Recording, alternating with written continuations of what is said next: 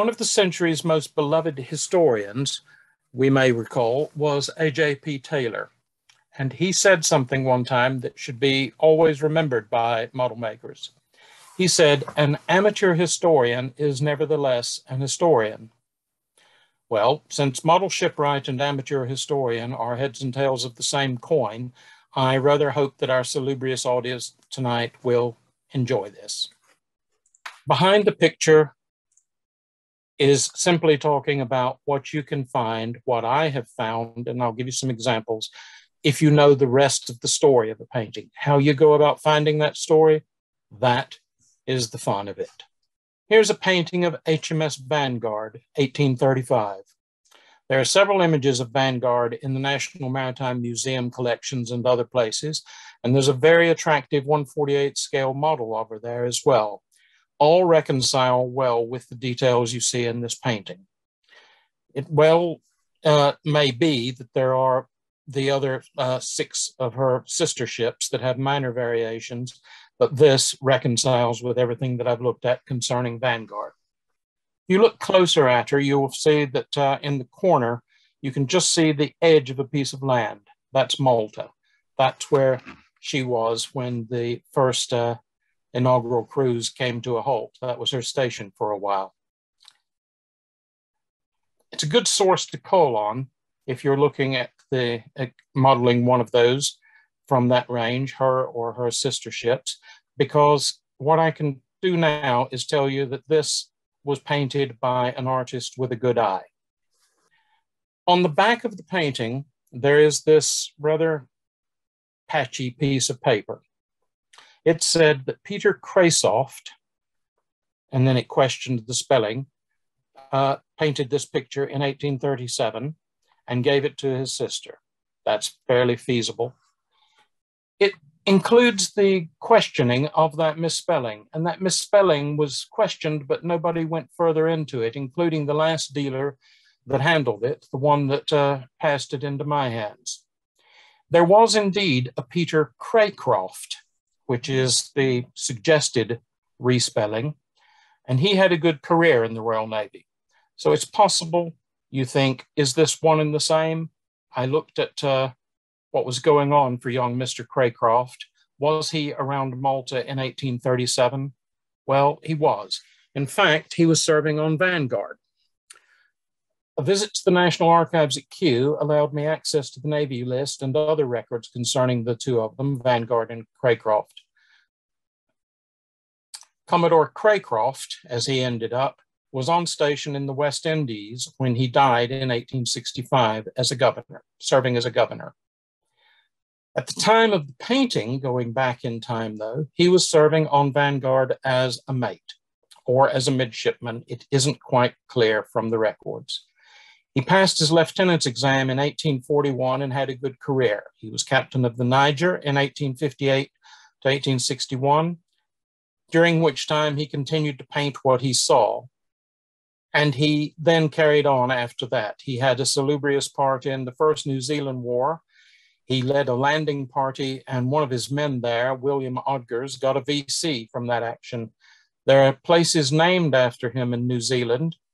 There are various records that show what a big part he played in the steam trials where screw versus paddle was tested by literally a tug of war. He was friends with Franklin, the Franklin of the Great Franklin Expedition. He's related by marriage to him. And if you go to the National Maritime Museum, you will find the Sophia Craycroft collection is the source of most of the exhibits that are physical pieces associated with Franklin. There's also a ship named after him. That was rare, though, for such a person as this to have illustrated views, the 2 pictures we've just seen, listed within the National Archives. It's because he had a bit of a career. What's the mystery? I've established the person existed and that the ship existed and that the ship and the person were associated. So all is fine. There is no mystery other than it's very easy to use this as an example, I would say, of what can go wrong if people don't bother to read or look closely at what's going on, because the dealer who handled this last, and apparently the people who handled it before him, absolutely were convinced that it was called Cray-Soft, and hence there was no, that the artist was called Cray-Soft, and hence that there was nothing of any interest there because nobody had ever heard of Cray-Soft, when in fact it was a very interesting person with connection to a lot of significant events who was the artist. It also draws me into the subject of illustrative views. Now, these last two that you saw, the painting of these towers here and the black and white wash that preceded it, were both done by him when he was in command of vessels. That isn't usual. That's not what normally happens.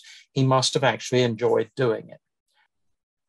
The answer to what is behind an illustrative view is contained within this manual, the Naval Service Officers Manual, Volume 1, 1836, which coincides exactly with when his career within the Navy began.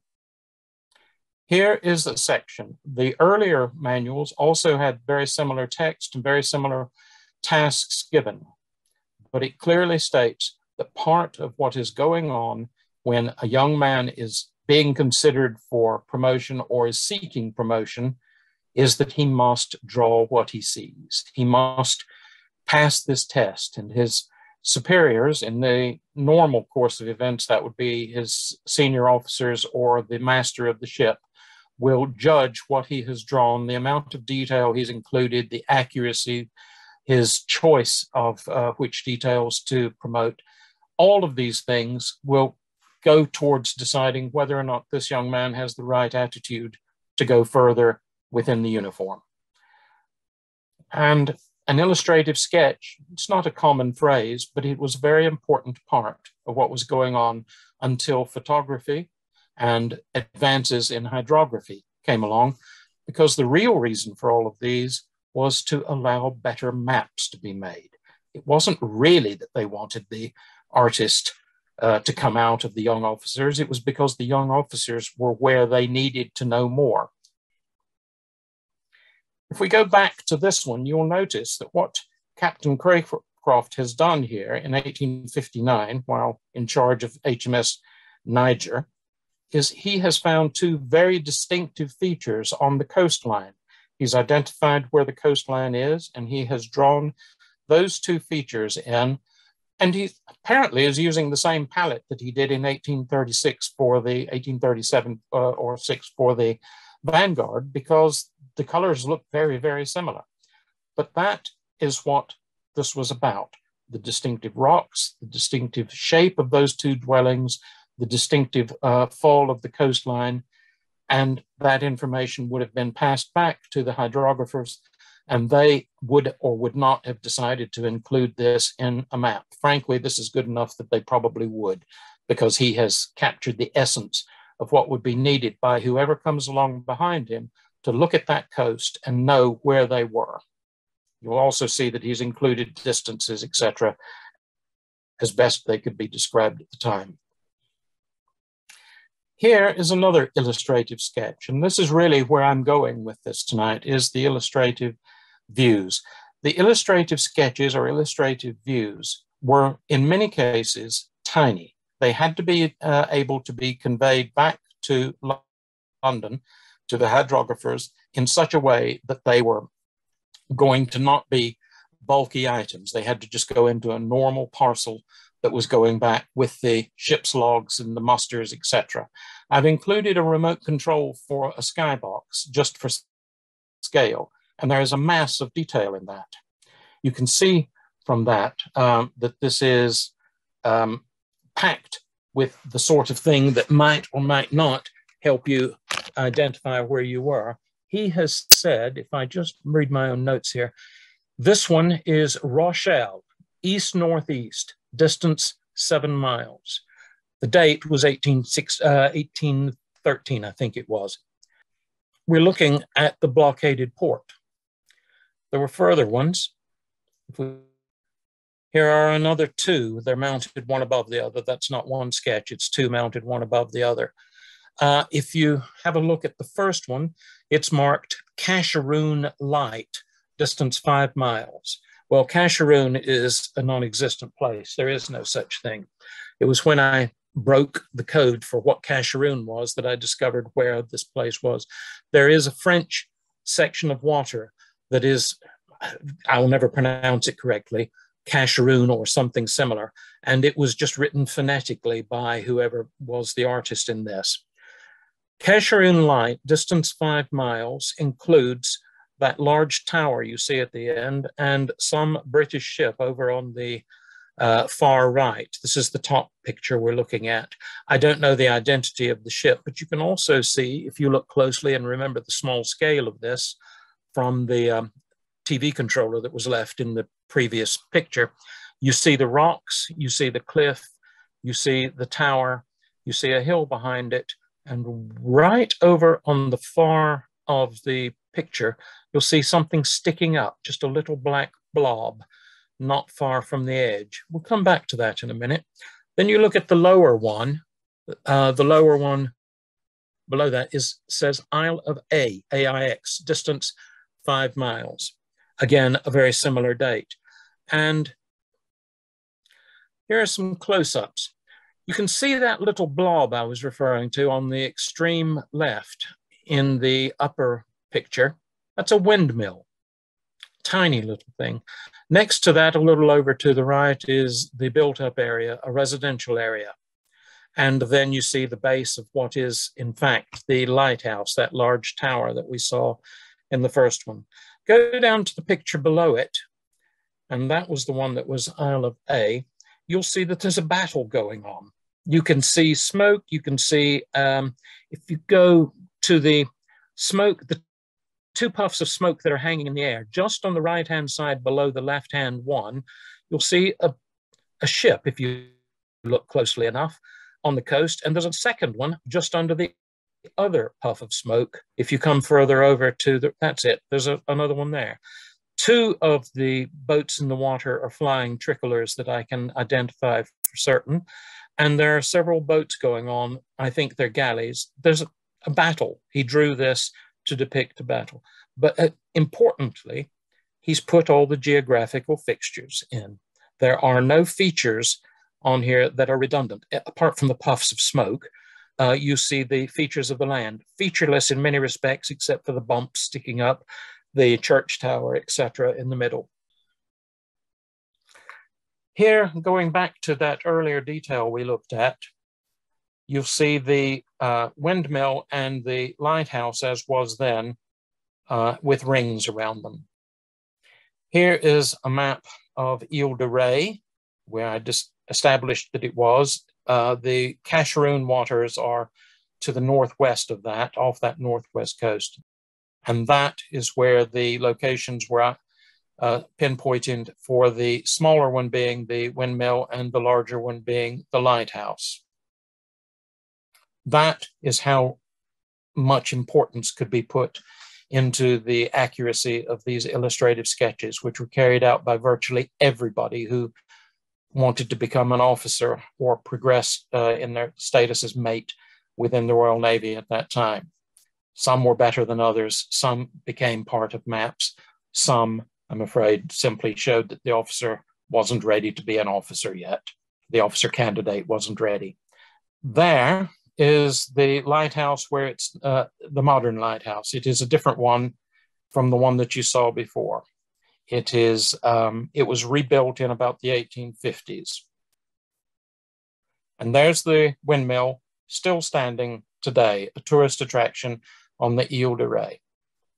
It's interesting to look back in time at what is going on in these pictures, because what is before us isn't necessarily understood until you know the backstory. And that was what I found so fascinating about doing these. Down after we do this, we'll be in a different area, but this is, I think, just the summing up. The illustrative sketches and the illustrative views, as they were called, no matter what officer you think of in the Royal Navy at that time, they had to do these. It was a part of the curriculum that they went through. Now, here's a picture of a ship. The ship, when I first came across this picture and first got it, there's nothing there to tell you what it is. It is simply a portrait of a ship. There is only one clue in it, and that is the company flag, because the national flags that are flying don't narrow it down very much at all. That company flag eluded me.